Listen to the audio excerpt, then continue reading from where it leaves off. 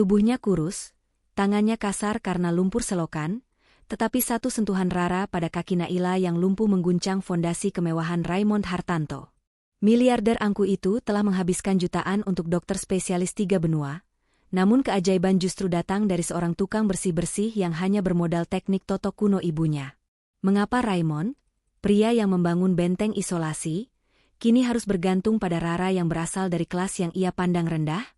Mampukah Rara, yang dihantui ketakutan akan kegagalan ibunya di masa lalu, bertahan di antara intrik dan kecurigaan rumah mewah itu, ataukah ia hanya aset sementara yang siap dibuang setelah kegunaannya habis? Tonton sampai tuntas kisah tentang bagaimana kejujuran dan sentuhan tulus menantang logika, ilmu pengetahuan, dan hukum sosial, memaksa seorang miliarder untuk menukar harga dirinya demi secercah harapan. Bau got mampet di pinggir kota adalah parfum harian Rara. Di usia 23 tahun, tubuh kurusnya telah memikul beban yang seharusnya milik 2 orang dewasa. Sejak orang tuanya tiada, ia tahu, kejujuran adalah mata uang terakhirnya. Ia mengayuh sepeda tua menuju jalan teratai nomor 7, sebuah gerbang hitam menjulang yang menjaga kebohongan mewah seorang Raymond Hartanto. Hari ini, ia diminta membersihkan rumah paling besar dan paling sepi di kompleks elit. Sebuah benteng kebanggaan yang ternyata menyimpan kebusukan. Halaman megah itu, yang seharusnya menjadi surga, justru terasa seperti kuburan.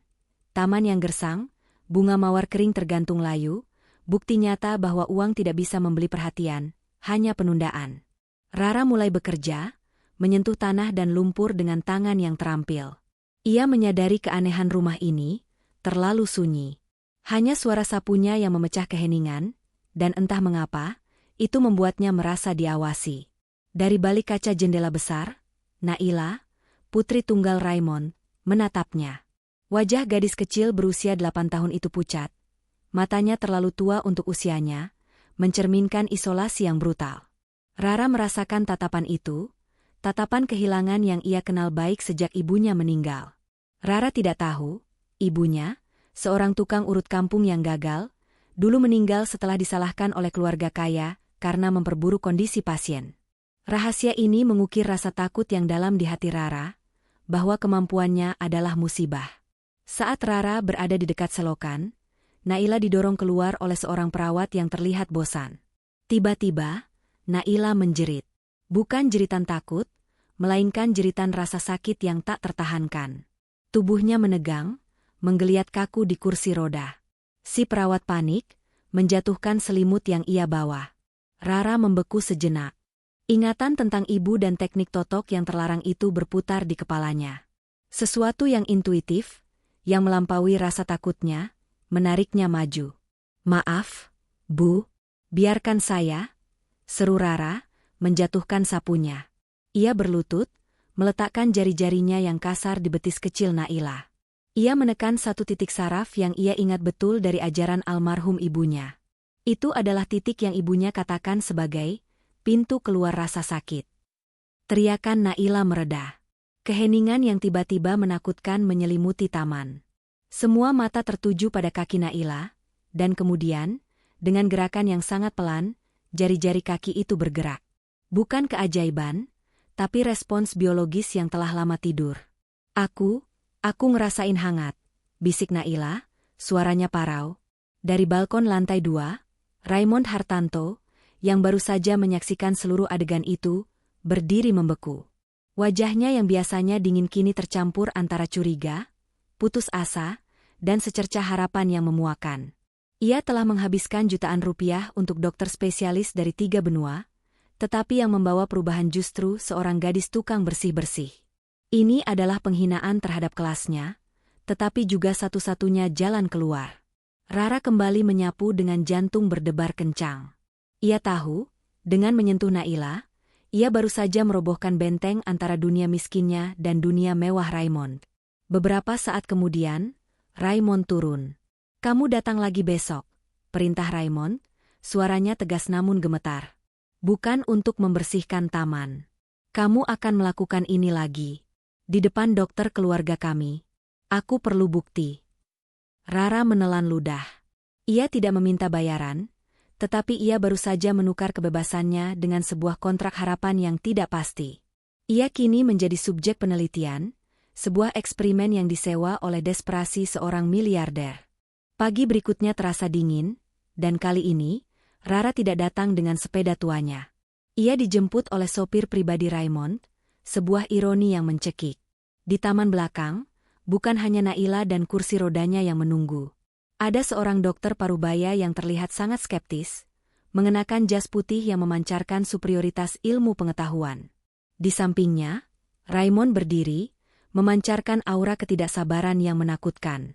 "Tunjukkan," ujar Raymond singkat, menatap Rara seolah ia adalah barang pameran. Rara berlutut. Rasa rendah dirinya memuncak. Ia tahu betapa konyolnya ia terlihat di mata para profesional ini, seorang gadis lusuh yang mengklaim dapat melakukan keajaiban. "Dek Naila, kita pelan-pelan, ya?" Rara berbisik. Ia mulai menekan titik-titik yang sama, di bawah lutut, di tumit, dan kemudian di telapak kaki. Ia bekerja dengan keyakinan, tetapi juga dengan ketakutan yang mendalam bahwa keajaiban itu hanyalah kebetulan semata. Naila menjerit kecil, tetapi kali ini karena sensasi. Aku bisa rasain geli," serunya, dan jari-jari kakinya menggeliat. Dokter itu segera maju, memeriksa respons Naila. Wajahnya tidak menunjukkan kekaguman, melainkan kebingungan yang dipaksakan. "Respons motorik acak," katanya dengan nada sinis yang jelas. "Bukan pemulihan saraf.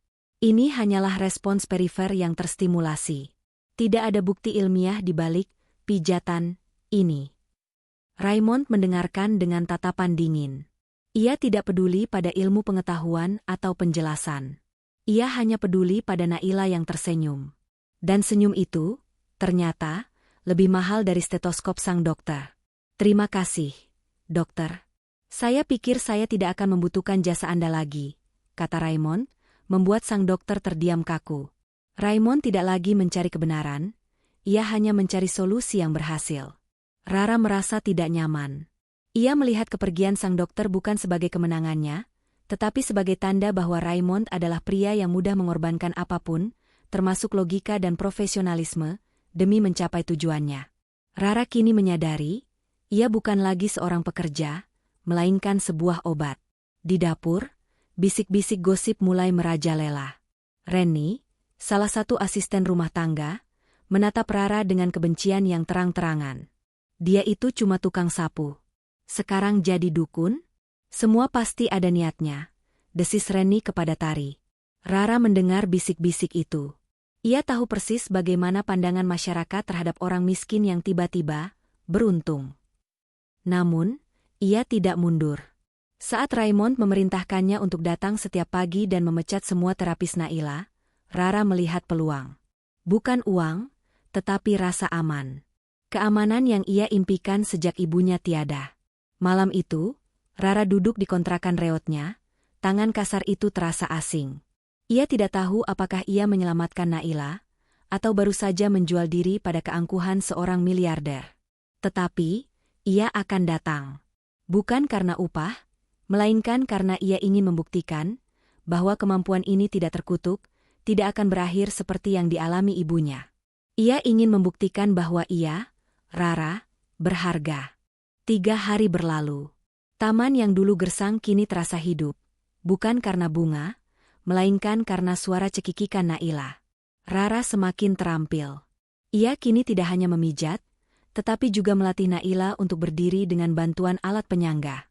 Rara melatih Naila dengan kesabaran, tetapi juga dengan desakan yang tak terhindarkan. Ia harus menghasilkan kemajuan yang nyata, atau posisinya akan digantikan. "Dek Naila," bisik Rara suatu sore, saat Naila berhasil menahan berat badannya selama hitungan 20 detik. "Kakak takut, loh." Naila menatapnya, mata hijaunya memancarkan keingintahuan yang polos. "Takut apa, Kak Rara?" "Takut kalau nanti kakak gagal. Ibu kakak juga dulu bantu orang kaya, pakai totok-totok begini. Tapi beliau gagal, terus malah disalahkan. Ibu kakak meninggal setelah itu." Rara menceritakan rahasia ini bukan kepada Raymond, tetapi kepada Naila, seorang anak yang tidak bisa menghakiminya, seorang anak yang bisa ia percaya. Pengakuan ini memperkuat ikatan mereka, sebuah ikatan yang dibangun di atas rasa sakit dan ketakutan yang serupa. Naila memegang tangan Rara erat-erat. Kak Rara enggak akan gagal. Aku mau sembuh. Di saat hubungan mereka menguat, intrik di rumah mewah itu justru memanas.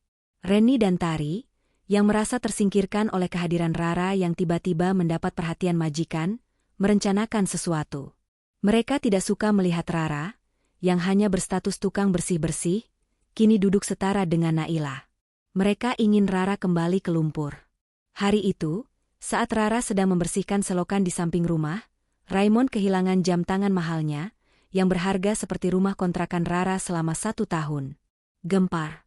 Seluruh pekerja dikumpulkan di ruang tamu yang dingin. Siapapun yang mengambil, kembalikan sekarang, ujar Raymond, suaranya tenang, namun mengandung ancaman yang mengerikan. Reni melangkah maju, pura-pura prihatin. Pak, waktu jam itu hilang, dia sendirian di dekat ruang kerja. Si Rara, Pak. Semua mata tertuju pada Rara yang pucat pasi. Ia tidak pernah mengambil apapun. Tetapi ia tahu, di mata Raymond dan para pekerja lainnya, ia adalah sosok yang paling mungkin melakukannya. Raymond tidak perlu bukti untuk menyalahkan. Tetapi kali ini, ia butuh bukti untuk melindungi aset barunya. Putar rekaman CCTV jam 10 pagi, perintah Raymond. Layar televisi menayangkan kebenaran yang brutal. Reni sendiri yang masuk ke ruang kerja, membuka laci, dan menyelipkan sesuatu ke dalam celemek pembersih yang digantung dekat pintu. Ruangan hening. Raymond berdiri tegak, memandang Reni dan Tari dengan jijik yang dingin. Yang berani memfitnah orang jujur, tidak layak tinggal di rumah ini. Mulai hari ini kalian saya berhentikan. Raymond tidak membela Rara karena rasa keadilan, melainkan karena Rara adalah barang berharga yang harus ia lindungi.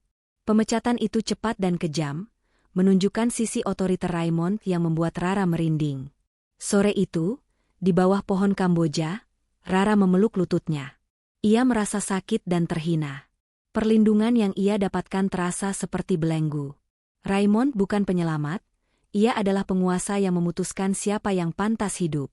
Ia menyadari, jika ia terus tinggal di sini, ia akan kehilangan lebih dari sekadar martabat. Ia akan kehilangan dirinya sendiri. Malam telah larut, dan di kamarnya yang kecil, Rara menulis sepucuk surat. Tujuannya bukan untuk membalas dendam atau protes, melainkan untuk melarikan diri dari tanggung jawab yang terlalu besar. Ia tidak ingin menjadi penyebab masalah lagi, ia tidak ingin nasibnya tergantung pada kebaikan sepihak seorang miliarder. Rara memutuskan untuk pergi sebelum ia menjadi terlalu terbiasa dengan kemewahan yang menipu, dan sebelum ia gagal seperti ibunya. Surat itu diletakkan di meja taman. Isi surat itu sederhana. Permintaan maaf karena tidak bisa tinggal lebih lama dan ucapan terima kasih atas kesempatan untuk melihat Naila tersenyum. Saat Rara hendak melangkah keluar dari gerbang belakang, suara roda kursi roda yang kasar mengejutkannya. Kak Rara, jangan pergi. Naila berdiri di ambang pintu, dipapah oleh perawat. Ia gemetar, tetapi ia berdiri. Aku bisa berdiri lagi, Kak, kata Naila, air mata membasahi pipinya yang kini berisi. Tapi kalau Kak Rara pergi, siapa yang bantu aku? Siapa yang temenin aku pagi-pagi? Rara berlutut dan memeluk Naila, air matanya tumpah. Ia tahu persis, ini adalah klimaks yang paling menyakitkan. Ia harus memilih antara martabat dan keamanan Naila. Di belakang mereka, Raymond muncul, mengenakan kemeja putih longgar, tampak lebih seperti pria lelah daripada seorang taipan. Ia menggenggam surat Rara di tangannya. Rara, panggilnya perlahan. Ia berjalan mendekat. Wajahnya tidak lagi dingin, tetapi dipenuhi kesedihan yang telah lama dipendam. Kau bukan hanya bantu Naila berdiri, katanya, suaranya serak. Kau juga bantu aku berdamai dengan masa lalu. Aku tidak hanya kehilangan istri dan melihat anakku lumpuh. Aku kehilangan rumah ini. Rumah ini mati bersamanya. Raymond menceritakan bagaimana istrinya, setelah melahirkan Naila, menderita depresi dan meninggal mendadak. Rasa bersalah dan duka itu melumpuhkannya, secara emosional. Lumpuhnya Naila adalah simbol fisik dari kelumpuhan emosionalnya sendiri. Rumah ini, gerbang hitam ini, adalah penjara yang ia bangun sendiri. Aku tidak peduli apa kata dokter. Raymond mengakui dengan jujur yang menyakitkan. Aku hanya tahu, sejak kau datang, Aku tidak perlu lagi menatap dinding dan menyesali masa lalu. Kau membawa cahaya. Bukan sebagai istri, bukan sebagai pelayan. Tapi sebagai tukang tambal yang memperbaiki fondasi rumah yang retak ini. Ia tidak menawarkan cinta, hanya kebutuhan. Ini adalah negosiasi takdir yang brutal. Raymond menawarkan keamanan total dan harga diri, dengan syarat Rara harus menjadi pilar fungsional bagi keluarga yang rusak ini. Raymond yang egois, menahan Rara bukan untuk Naila, melainkan untuk dirinya sendiri. Rara menatap wajah Raymond. Ia melihat kelemahan di balik mata tajam itu, kelemahan yang membuat Raymond rentan dan, yang paling penting, berutang padanya. Rara tidak menemukan cinta romantis di sana, tetapi ia menemukan sebuah kekuasaan yang tak terduga, kekuasaan untuk menjadi esensial. Saya akan tinggal, Pak, jawab Rara, suaranya tenang. Tapi saya tidak akan lagi menjadi tukang bersih-bersih. Saya hanya akan menjadi orang yang menjaga Naila dan menjaga rumah ini dari kebusukan. Rara telah menerima peran barunya, bukan sebagai pelayan, tetapi sebagai pemegang pengaruh, yang kekuatannya diakui karena keputusasaan Raymond. Beberapa minggu kemudian, taman belakang rumah Raymond telah sepenuhnya berubah. Bukan lagi gersang, tetapi terawat rapi oleh tangan Rara sendiri. Naila kini bisa berjalan beberapa langkah tanpa alat bantu, dengan Rara yang selalu mendampingi. Suasana di rumah terasa lebih ringan, meskipun masih jauh dari kata hangat. Pagi itu, Raymond kembali lebih awal dari biasanya. Ia membawa sebuah kotak kecil berwarna coklat tua. Ia berjalan mendekati Rara dan Naila yang sedang duduk di bangku taman.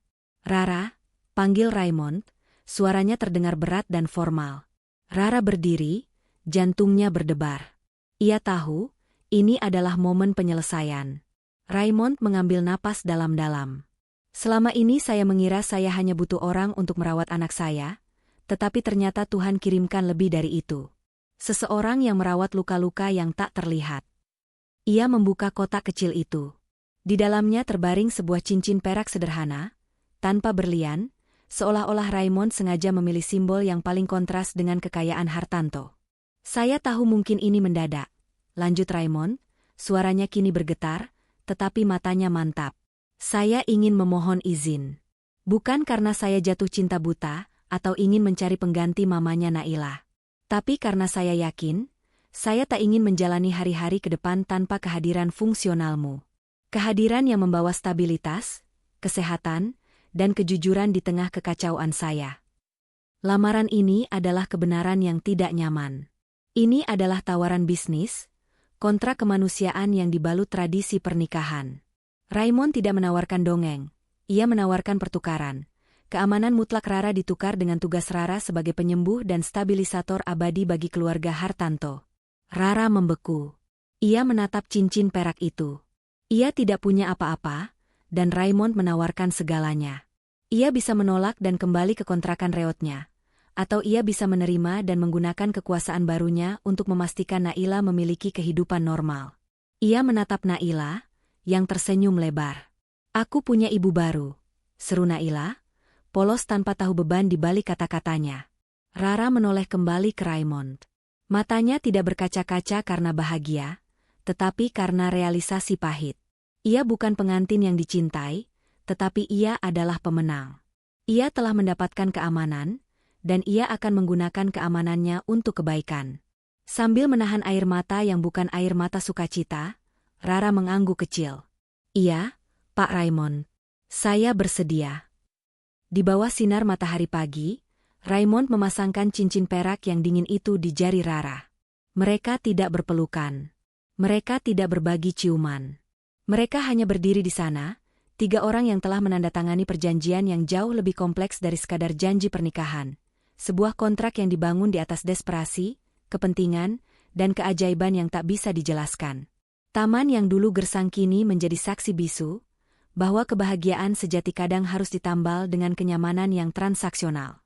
Pada akhirnya, di bawah sinar matahari pagi, Rara berdiri di taman itu bukan sebagai tukang bersih-bersih, melainkan sebagai pilar baru keluarga Hartanto, menerima cincin perak sebagai kontrak, bukan janji cinta, melainkan janji fungsionalitas dan keamanan. Hikmah terbesar dari kisah ini adalah bahwa keikhlasan, kejujuran, dan kemanusiaan, yang seringkali kita anggap remeh, memiliki kekuatan untuk memperbaiki luka yang tak terlihat dan bahkan meruntuhkan tembok kelas sosial yang paling tinggi. Ingatlah, cerita ini adalah fiksi yang dinarasikan ulang untuk memberikan inspirasi dan pelajaran tentang nilai diri dan keutamaan hati. Terima kasih banyak telah menonton kisah ini dari awal hingga akhir.